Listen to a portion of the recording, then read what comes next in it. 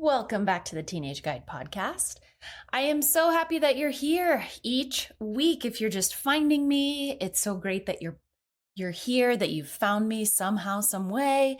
If you are a regular listener, I love it. I'm so grateful that you're here. I know you're busy. I know that you're low on time and energy, so it means a lot to me. So I have a question for you to start. Did you know that the number one way that you have influence in your tween or your teen's life is inside your relationship, in the way that you show up and in the way that you approach them and connect with them? So it's pretty important to focus on it, huh? Well, you're in luck, because inside this episode, I'm going to share 3 unintentional yet common mistakes parents make that block closeness between you and your adolescent, and what to do instead. So stay tuned.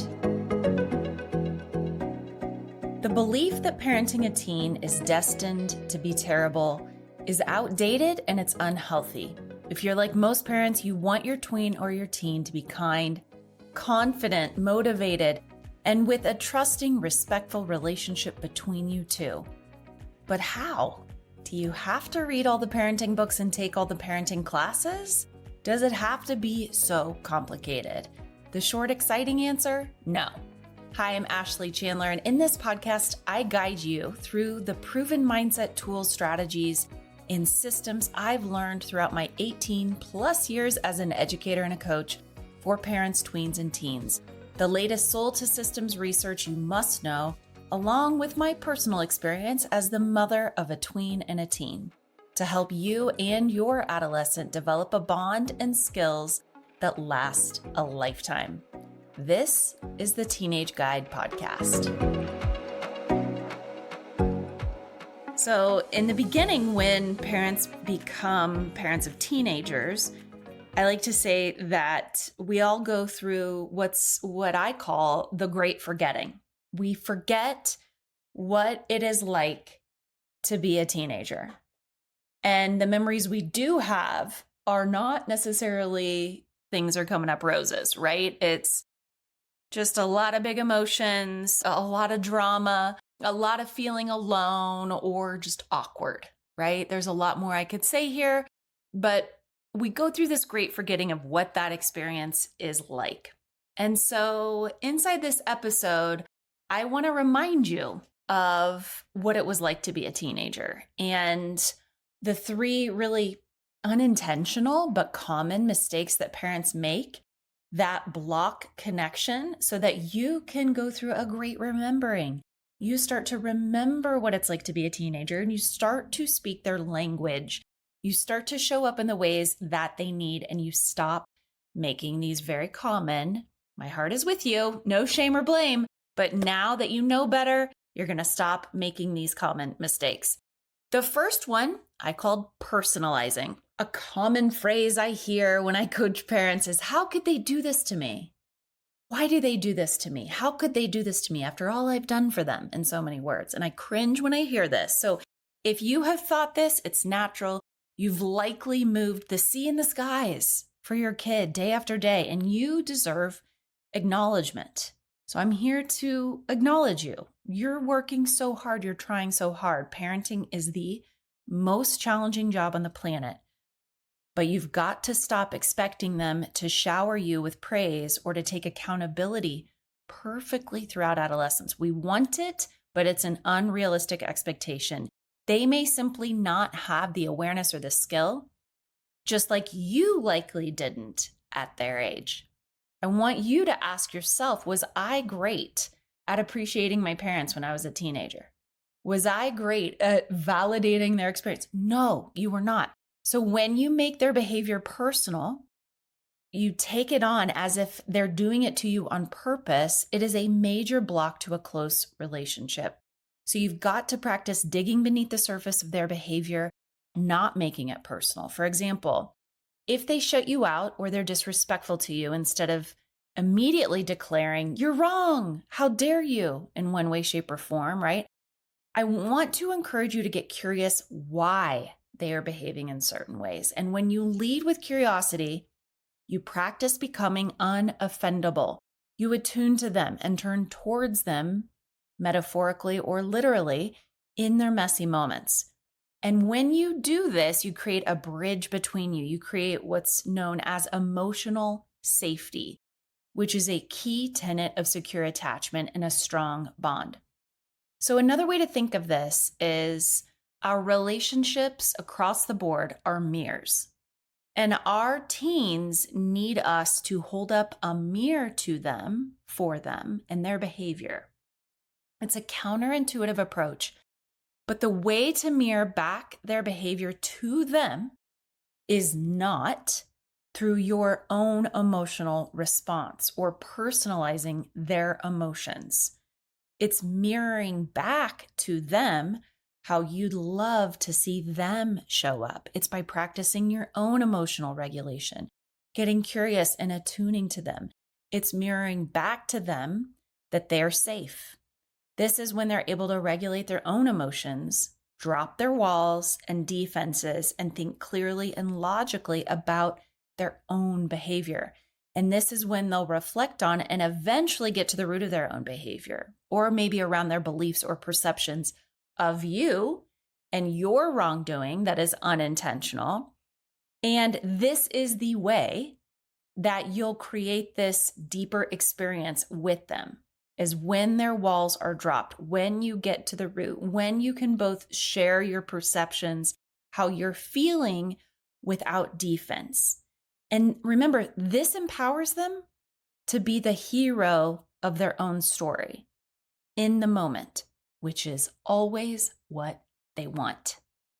All right, the second piece of this, the second most common mistake that's a block to a close relationship with your teen is what I call stress projection. As parents, we are holding so much, and there will always be things that you could be triggered by in parenting. It makes me chuckle because literally there will always be things that you could be triggered by. That's one of the signature hallmarks of parenting, right? So within self-regulation, there are many categories of stress that each of us hold and impact our ability to respond versus react.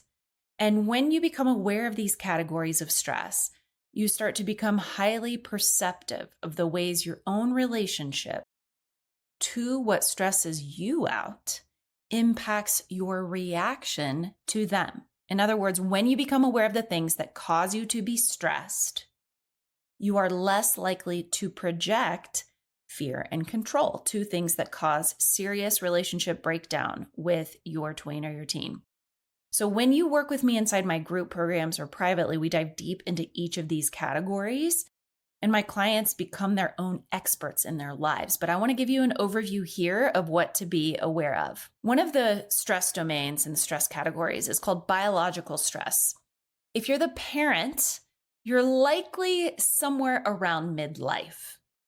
There's always exceptions, but when you reach midlife, I want you to think about all the things that are happening biologically for you. Change in hormones, brain chemistry, your diet, your body temperature. So many different things that are happening biologically for you. And these all impact your ability to respond versus react. And these two things, respond versus react, are the keys to your emotional regulation, which significantly impact your ability to be close, to feel close with your teen. Another category of stress, cognitive stress. This is difficulty processing different kinds of information, depending on what other kinds of stimulus are in the room or what's happening to us. We may have difficulty processing, depending on our sleep, depending on, the level of stress in other categories. We could have difficulty processing, which makes us snappy or judgmental, which means that we are reacting and not responding. Another category of stress is called social stress. And this can be social situations from feeling isolated or alone to public speaking, right? There's so many different kinds of social stress. It might mean like you've just been out for the day in these stressful meetings and you've got annoying, thorny coworkers and you're feeling socially stressed from the day.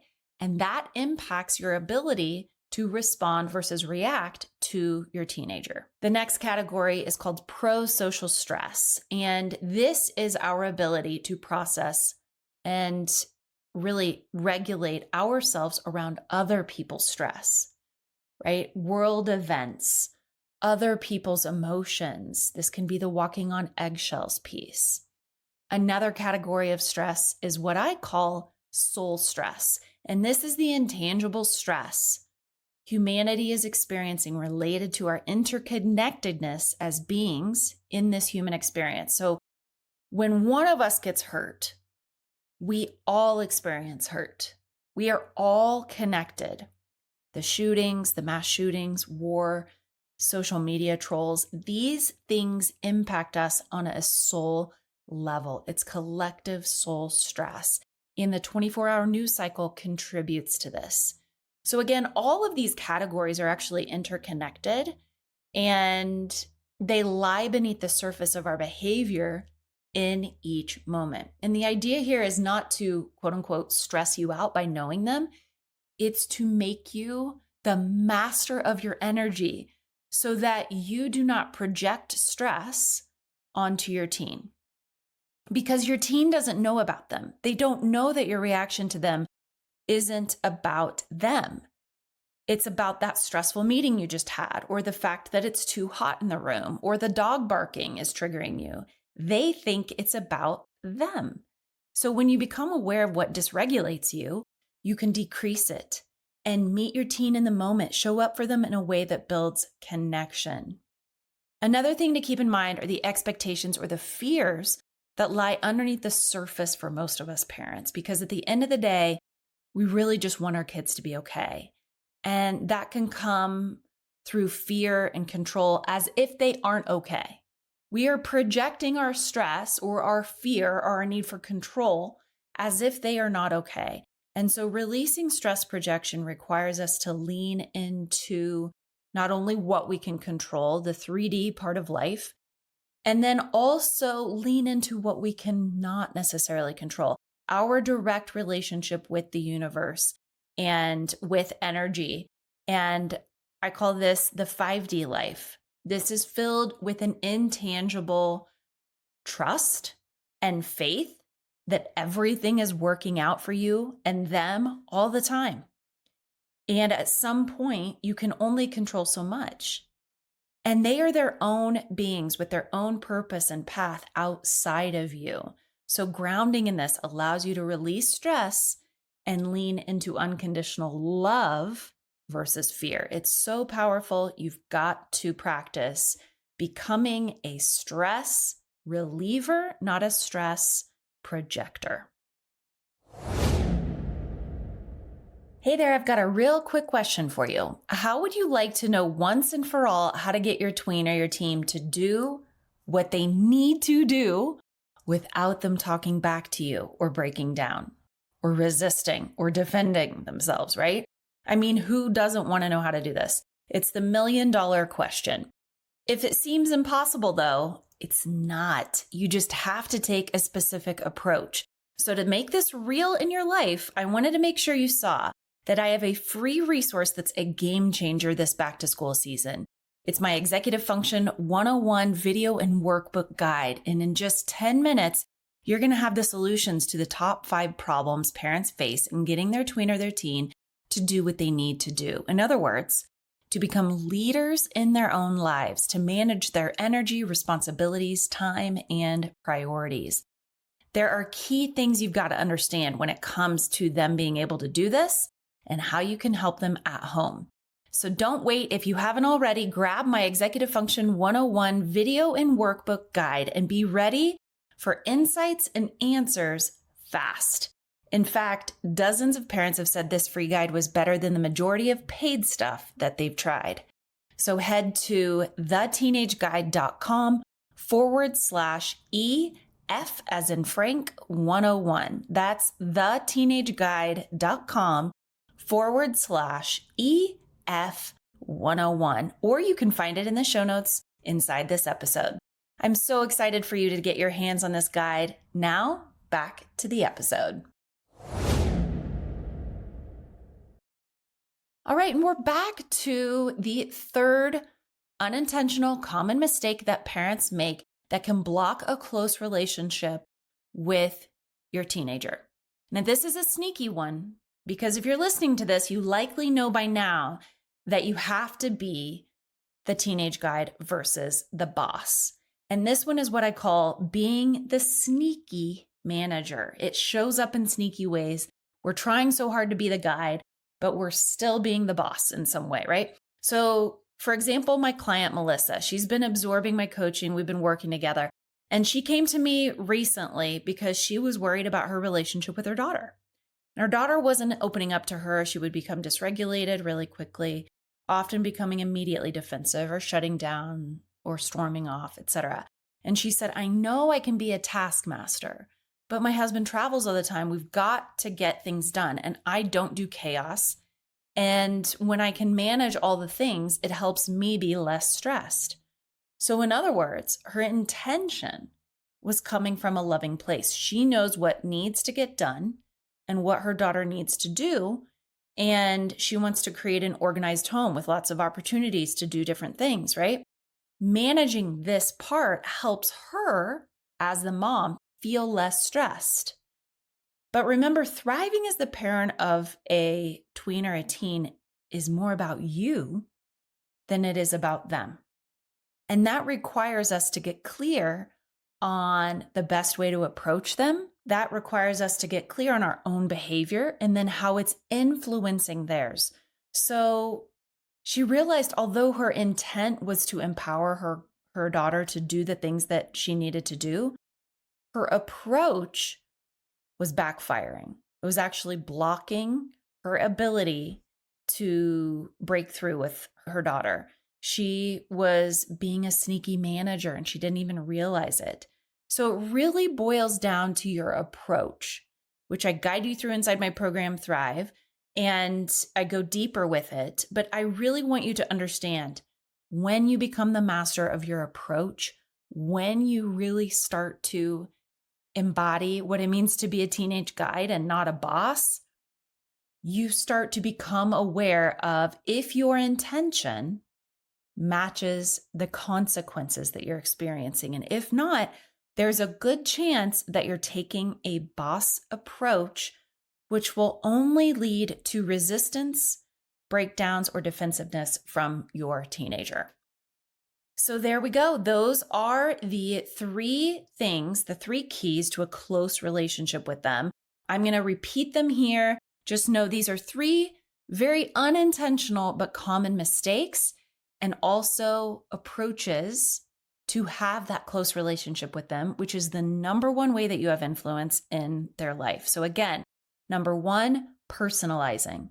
We do not want to personalize their behavior. It makes us the hero. It makes us the victim. And it's really not about us. We've got to become captains of our own ship. And we've got to practice holding up a mirror to them of the behavior that we'd love for them to exhibit, of how we'd love for them to show up. We want to demonstrate that as a mirror to them first. The second one, stress projection. We're holding a lot, parents. We all are holding a lot, and true peace comes from the inside out. There's nothing on the outside that can bring us the peace that we're craving, okay? And there's many different categories of stress. Not all stress is bad. When we become aware of it, then we can decrease it. Then we can learn to meet our teenager where they're at and have the most power in the moment so that we can respond versus react. This is huge in creating a super close bond with them. And the last one, we don't want to be a sneaky manager. We've got to become aware of the ways that our need for control or our need to have some sort of a plan or be the boss are kind of sneakily creeping into our day-to-day lives with them, and start to loosen up the reins a little bit. Focus on what you can control. Also lean in to, once you've focused on that, you gotta lean in to trusting and having faith that everything is working out for you. So that's it. If you like this episode, it would mean so much to me if you would like, subscribe, comment, review, rate, share, all the things. And remember that there are some really exciting things coming up inside the Teenage Guide. Really, really incredible things. So if you haven't already, be sure to check out that Executive Function 101 guide that I listed earlier. And it's also in the show notes. I'll see you next time. I know you have limited time and energy, so thank you for being here, and kudos to you for investing in this time for yourself and for your teen. If you enjoyed this episode, I encourage you to continue the ripple effect and subscribe, review, and/or share with a fellow parent who could also benefit. Remember, the number one way that you have influence in your teenager's life is in your relationship with yourself and with them. So never doubt how much power you have, because you are the Teenage Guide too.